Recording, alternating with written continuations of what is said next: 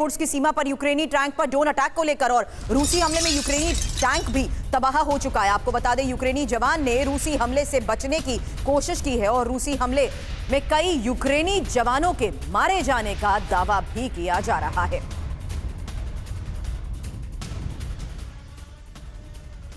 और अगली बड़ी खबर कुर्स्क से ही जुड़ी हुई है। कुर्स्क में यूक्रेनी सैन्य काफिले पर रूसी हमले का एक और वीडियो दरअसल सामने आ गया है। ये देखिए तस्वीरें। रूस ने सुखोई 34 फाइटर जेट से गिराए हैं यहां पर बम। यूक्रेनी बख्तरबंद गाड़ियों के जरिए जिस तरह से हमलों को अंजाम दिया जा रहा था, अब रूस ने हवाई हमले में उन्हें टारगेट किया है। हमले में यूक्रेनी सैन्य पोजीशन को भारी नुकसान की खबर सामने आ रही है।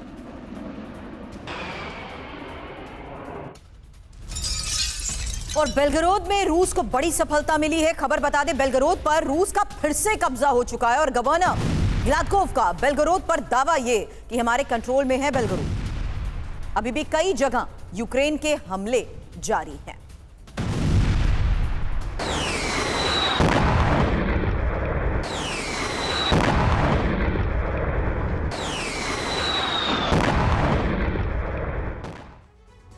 हालांकि बेलगरोद के इस ऑपरेशन को लेकर रूस की तरफ से किए जा रहे दावे के बारे में इंफॉर्मेशन वॉल पर एक डिटेल आपके सामने, जहां दावा यह किया जा रहा है कि बेलगरोद का ज्यादातर इलाका हमारे कब्जे में है। रूस के इस दावे के साथ साथ बेलगरोद की वो लोकेशन समीर इंपॉर्टेंट है जहां पर कंट्रोल के तहत इस वक्त गवर्नर का यह बयान आ रहा है कि सीमा पर भीषण जंग, लेकिन हालात काबू में। समीर जी हां, ऑपरेशन बेलगरोद से जुड़ी जो जानकारियां गवर्नर की तरफ से दी गई हैं, रूस का दावा हम आपको बता रहे हैं क्योंकि लगातार बॉर्डर के इस इलाके पर जंग जारी है। यूक्रेन ने सीमा में घुसने की कोशिश की है, ये गवर्नर ने माना है। हमारे जवानों ने यूक्रेनी फौज को यहां से खदेड़ दिया है। यह तो साफ हो ही रहा है कि बेलगरोद निशाने पर है यूक्रेन के। हालांकि ये जानना बहुत जरूरी है कि अब तक बेलगरोद में हुआ क्या था समीर, क्योंकि यूक्रेन के 500 सैनिकों ने घुसकर जिस तरीके से हमले को अंजाम दिया था। खबर आई थी बेलगरोद की 2 चौकियों पर अटैक को लेकर, और इसमें इंपॉर्टेंट ये था कि हमले के बाद रूस ने 6 इलाकों को खाली कराने का भी दावा किया था। जी हां, तो कुल मिलाकर देखिए बेलगरोद किस तरह से यूक्रेनी फौज के निशाने पर है, यह बिल्कुल साफ जाहिर होता है। लेकिन फिलहाल कामयाबी मिली नहीं है यूक्रेन को बेलगरोद को लेकर। और देखिए बेलगरोद में फिर घुसने की कोशिश कर रहा है यूक्रेन। यूक्रेन ने 200 सैनिकों को आगे किया है। 200 यूक्रेन के सैनिक घुसने की कोशिश में हैं बेलगरोद के अंदर।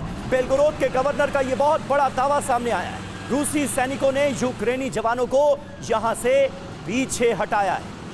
ये लोकेशंस मनीष बहुत ज्यादा इंपॉर्टेंट है। सवाल कुर्स्क के लिहाज से भी करूंगी और बेलगरोद के लिहाज से भी करूंगी, क्योंकि यहां पर रूस ने अब बड़े दावे कर दिए हैं। यानी जिस लिहाज से ये स्पेशल ऑपरेशन चला, माना जाए कि यूक्रेन जिस कब्जे का दावा कर रहा था उसको बैकफुट पर धकेल दिया गया।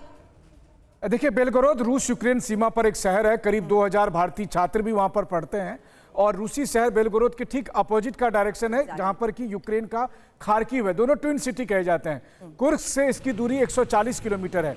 कुर्स्क में जब यूक्रेनी सैनिकों को एक बड़ी सफलता मिली, उसके बाद से जेलेंस्की ने मिशन बेलगरोद शुरू किया। यानी उनकी कोशिश थी कि अगर हम बेलगरोद में भी कुर्स्क जैसा ऑपरेशन कर लेते हैं तो ये एक बड़ी कामयाबी होगी। लेकिन रूसी सैनिकों को इस बात का अंदेशा था और इसीलिए बेलगरोद के सीमा पर रूसी सैनिक तैनात थे। और इसीलिए जब यूक्रेन के सैनिक खास करके 2 पॉइंट, एक सेबेकिनो और दूसरा नेकोतेव का, इन दोनों जगह पर जब घुसने की कोशिश की यूक्रेनी सैनिकों ने, तो वहां पर रूसी सैनिकों ने उनसे पीछे खदेड़ दिया।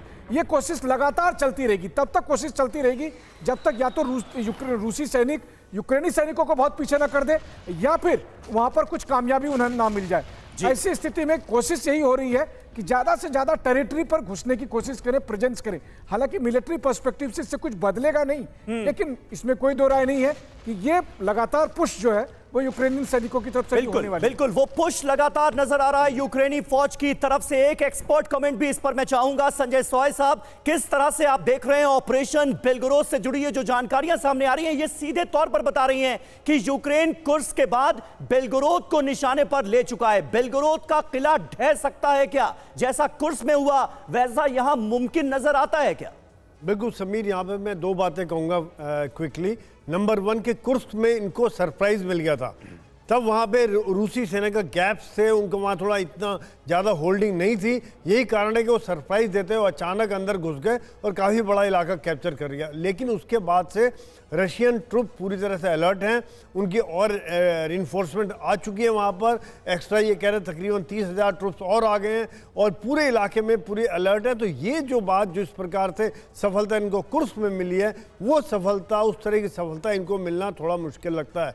दूसरी बात जो जेलेंस्की की कोशिश है कि जितना ज़्यादा रशियन टेरिटरी पर कब्जा कर लें उतना ही उनकी बार्गेनिंग पावर स्ट्रांग होगी, क्योंकि एक तरफ कुर्स्क लिया है, दूसरी तरफ शायद बेलग्रोद की तरफ अगर जाते हैं तो रशिया को कुछ ट्रुप्स उधर भी डाइवर्ट करने पड़ेंगे। और कुर्स्क की इंपॉर्टेंस भी हम जानते हैं कि न्यूक्लियर प्लांट होने की वजह से रशिया काफ़ी सेंसिटिव है। यहाँ पर एक चीज़ मैं कहना चाहूँगा कि रशिया की टेरिटरी पर जो युद्ध शुरू हुआ है, ये रशिया इसीलिए इतना सेंसिटिव है, यही कारण है कि इस तरह का जो बारूदी जवाब जो आप दिखा रहे हैं वो रशिया का आया है। और यहाँ पर एक कुछ पहले भी सेकेंड वर्ल्ड वॉर में भी एक डिसाइसिव बैटल यहाँ पर हुई थी 1941 में। क्या ये हिस्ट्री दोबारा रिपीट करेगा? क्योंकि इसके ऊपर काफ़ी फर्क पड़ेगा। कुर्स्क में अगर यूक्रेन और बढ़ोतरी कर लेता है तो फिर बार्गेनिंग पावर बहुत ज़्यादा हुई, खासतौर से न्यूक्लियर प्लांट कितना इंपॉर्टेंट क्यों है? न्यूक्लियर प्लांट होने की वजह से, जिस बात का आपने यहाँ पर संजय सोय सर जिक्र किया है, एक और खबर बता दूं, क्योंकि रूस यूक्रेन वॉर जोन से हमले का जो वीडियो आया है उससे ये साफ है कि कुर्स्क में रूसी वायु सेना ने यूक्रेन की आर्मी व्हीकल पर हमले को अंजाम दिया है और रूसी सेना ने Mi-28 अटैक हेलीकॉप्टर से टारगेट किया है, निशाना बनाया है। रूसी हमले में यूक्रेनी ठिकानों को भारी नुकसान और हमले में यूक्रेन की कई बख्तरबंद गाड़ियां भी खाक।